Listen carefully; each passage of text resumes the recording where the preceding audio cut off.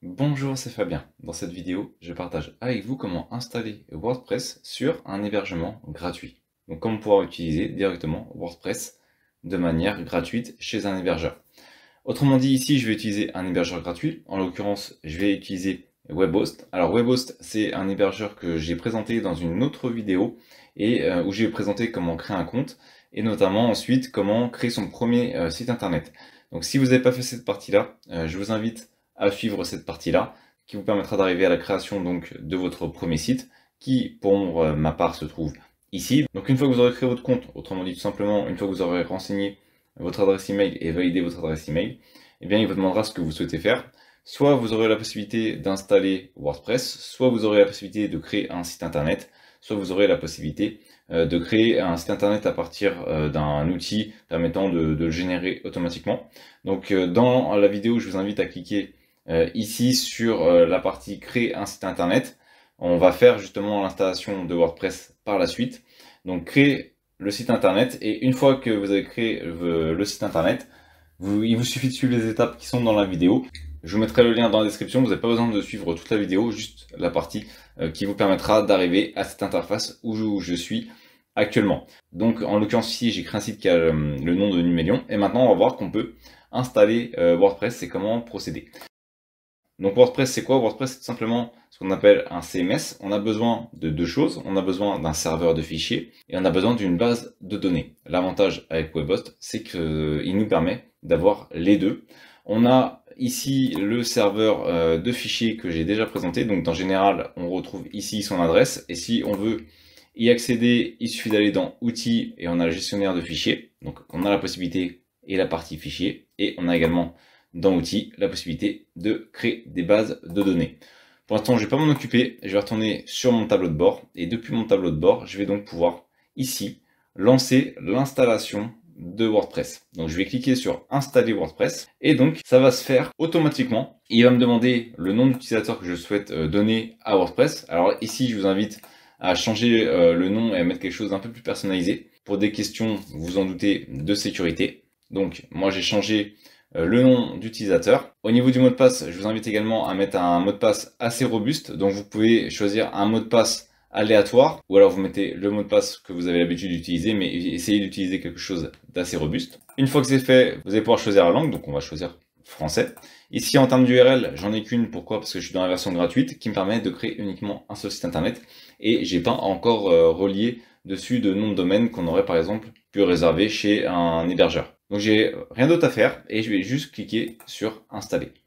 Je patiente et on va laisser l'installation se faire. J'ai rien d'autre à faire, c'est Webhost qui s'occupe de l'installation pour moi. C'est encore plus simple que lorsqu'on le fait de manière manuelle chez un hébergeur, donc on n'a rien à faire, on patiente. Voilà, donc l'installation est terminée. Visiblement mon WordPress est désormais prêt, c'est parfait. On va aller sur la page de configuration. Donc pour y accéder, c'est comme tous les WordPress, hein, eh bien on a ici l'adresse de son site, donc ça c'est l'URL du site pour accéder au site internet et ensuite on ajoute wp-login.php pour accéder à son espace d'administration.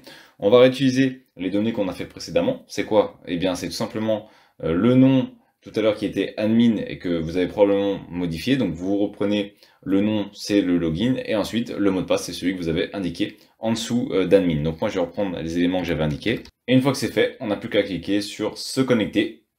On patiente et désormais donc on accède bien à son site internet. On est dans la partie WP Admin, donc la partie administration de son WordPress. Ce dernier, on va vérifier qu'il est bien accessible. Donc je vais tout simplement aller ici sur mon site et comme prévu, j'ai bien mon site qui est désormais accessible et sur lequel je vais pouvoir faire des manipulations et je vais pas du tout être bloqué, je vais pouvoir faire ce que je veux dessus. Par exemple, on pourrait tester, on va faire ajouter un site, ajouter un article, pardon. Je vais indiquer par exemple mon premier article, hop, article. Voilà, et je vais tout simplement faire enregistrer le brouillon, et ensuite je vais publier. Hop, peu importe le nom, hein, c'est vraiment pour la démonstration. Je vais faire voir l'article, et désormais il est bien ici, je clique dessus, et donc on peut y accéder, c'est parfait. Notre WordPress est fonctionnel, on peut retourner ici sur le tableau de bord, on va avoir la possibilité d'ajouter des nouveaux thèmes par exemple. On va avoir la possibilité d'ajouter d'autres éléments. Alors par défaut, comme vous pouvez le voir, vous avez des extensions qui sont déjà installé. Donc vous avez All-in-One WP migration, donc ça c'est pour faire les migrations, et la possibilité ici de créer des formulaires. Alors tout ça, ça va se régler dans extensions. Donc on a les extensions installées. Bon après c'est pas l'objet de vous montrer comment ça fonctionne au niveau de WordPress, hein. Là c'est juste pour vous montrer qu'on pouvait l'installer. Donc ensuite on peut bien entendu les désactiver, hop, et puis une fois qu'on a désactivé, on fait supprimer, et donc on va pouvoir supprimer directement les différentes extensions. Maintenant vous allez pouvoir commencer à utiliser WordPress de manière tout à fait classique, sauf qu'on est sur un hébergeur qui est gratuit, et donc vous allez pouvoir l'utiliser comme vous le souhaitez. Si vous souhaitez, d'ailleurs ça peut être intéressant, on peut retourner ici au niveau des outils, on va voir qu'il y a deux choses importantes et qu'on va pouvoir faire également. On va pouvoir retourner dans le gestionnaire de fichiers, donc j'ai expliqué comment y accéder soit avec le navigateur, soit avec un client FTP qui est FileZilla, donc vous pouvez retrouver les modes de connexion directement dans la description.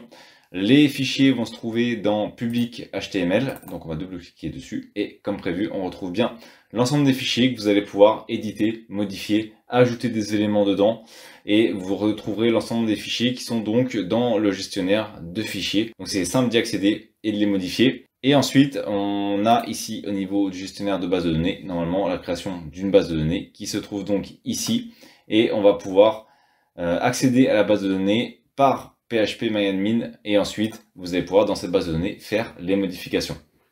Donc tout a été créé automatiquement, et si vous souhaitez ensuite modifier certains éléments dans la base de données ou dans le gestionnaire de fichiers, eh bien ça ne pose pas de problème. Donc WordPress est bien installé chez l'hébergeur web, et donc désormais il ne vous reste plus qu'à l'utiliser et lancer votre créativité avec WordPress. Un dernier point qui va être intéressant, c'est de voir ici au niveau des statistiques. Désormais on a donc un espace disque qui est utilisé à 34%.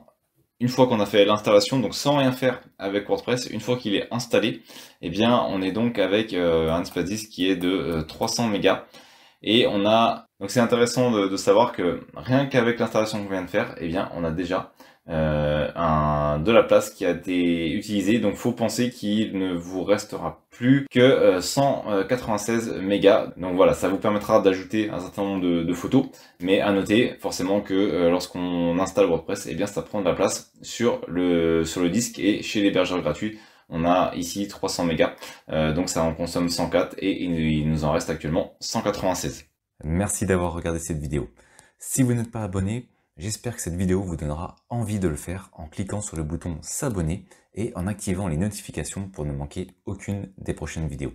De plus, vous trouverez dans la description un sondage pour déterminer les prochains sujets. À très vite pour une nouvelle vidéo.